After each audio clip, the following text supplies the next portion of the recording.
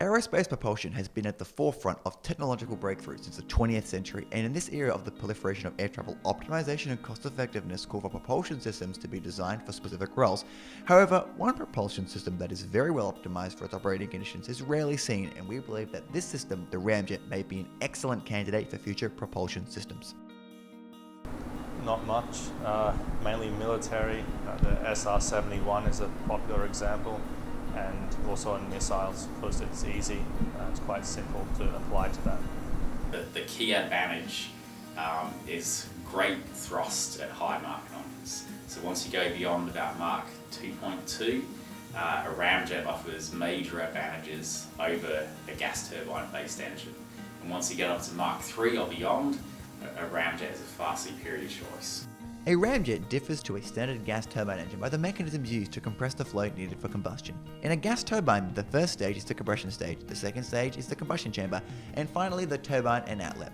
In a gas turbine, the compressor and turbine are linked by a shaft, thus the turbine drives the compressor. The three stages of the engine correspond to the three stages of an open Brayton cycle as plotted on the temperature and entropy diagram below. The first in a perfect system is isentropic compression, followed by heat addition via combustion of fuel, and finally the turbine stage. This removes energy from the flow to drive the compressor. The difference in the temperature of the exit flow to the inlet flow results in a high-speed gas exiting the engine, thus thrust is created. But how does a ramjet compare to a turbine engine? This can be seen by plotting a graph of Mach number against a specific impulse. As rockets don't consume any atmospheric air, their impulse is constant, as seen on the graph below. Standard gas turbines operate well at low speeds, but are limited by aerodynamic and thermodynamic effects to about Mach 1.5. Afterburning engines are able to produce additional force for higher speed flight, but are limited to about Mach 3.2 due to the same effects. But what if we wish to fly faster? This is where a ramjet comes in. Ramjets operate by performing the same thermodynamic processes as a gas turbine, however, using different methods, more specifically by removing the compressor and using aerodynamic effects to achieve both air slowing and compression. By removing the compressor, there is no need for a turbine, and thus the turbo machinery may be entirely removed. This then requires a modification to the inlet design to achieve compression, and the basic ramjet is achieved.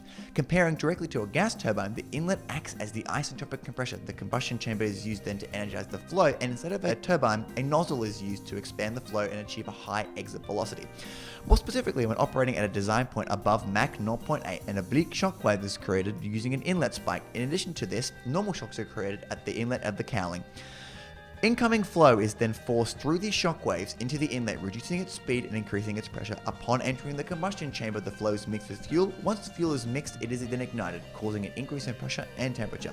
These high pressure gases exit the nozzle and then are expanded to atmospheric conditions, causing exit velocity higher than inlet velocity, and thus positive thrust is created. When we first started this program, we used to flight test the student-built ramjets down in Wimmera on rockets. But this had some major disadvantages. A rocket-based flight test is a one-shot deal. You get to try the engine once.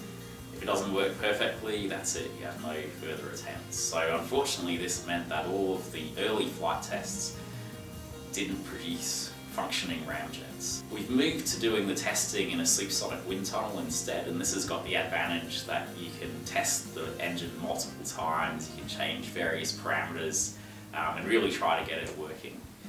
In the previous student-built ramjet, it was the first one which has managed to ignite and burn hydrogen fuel, so that was a great success.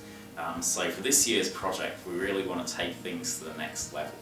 We don't want to just ignite the fuel and burn successfully. We want this ramjet to produce a useful amount of thrust.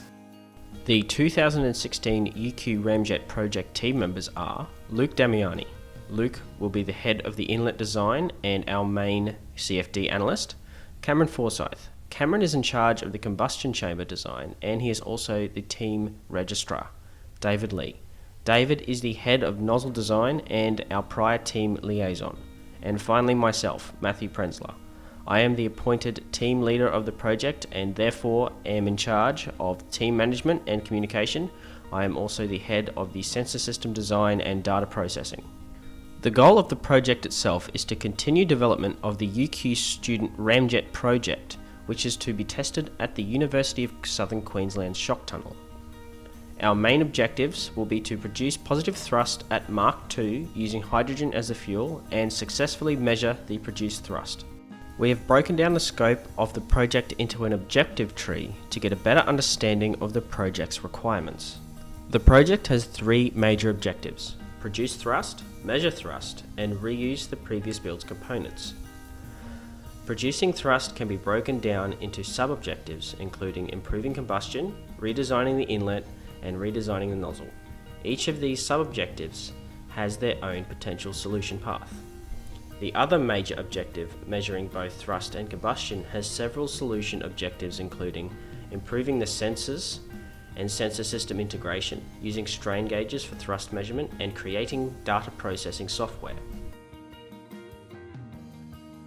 The plan for the completion of the project is defined by 6 stages: problem definition, preliminary research, conceptual design, preliminary design, detailed design, and design communication. We first start with a problem definition, where we frame the problem by clarifying objectives, identifying constraints, and establishing initial functions in order to develop a clear statement of the client requirements. Before the design stages of the project, extensive research is conducted on the operation of ramjet components to identify the key design considerations and principal functions for design. Theoretical and computational analysis methods are investigated, as well as previous designs and design methodologies. This research is imperative to forming a foundation of background knowledge upon which design can commence. The conceptual design stage is the starting point for our design process, and it is here where we translate the customer requirements into engineering specifications. The initial list of objectives, constraints, and principal functions are translated into functional specifications, means for functions, metrics for objectives, and ultimately a design concept is selected for analysis, testing, and evaluation. Next is the preliminary design stage. In this stage, we identify and estimate the principal attributes of the chosen design concepts. Each component concept is modeled using CAD software and analyzed using computational fluid dynamics software and structural analysis software. They are evaluated in order to identify and reject suboptimal concepts of components in order to converge on a final design solution. The final designs of the components are to be manufactured and assembled as specified in the preliminary design stage. Further refining of the design takes place prior to testing. The final ramjet model is then subjected to testing at USQ Toowoomba and results are acquired. This project is a continuation of the Student Ramjet program at the University of Queensland, which aims to build the first student-built ramjet which produces and records net positive thrust. To do so, the project team shall design and manufacture a new inlet, nozzle and housing unit which will be tested in the wind tunnel at USQ's Toowoomba campus. With the right guidance, this project is on a trajectory to thrust Australia onto the world stage of hypersonics. So as Australians, to gain some expertise in this arena of high-speed propulsion, it's definitely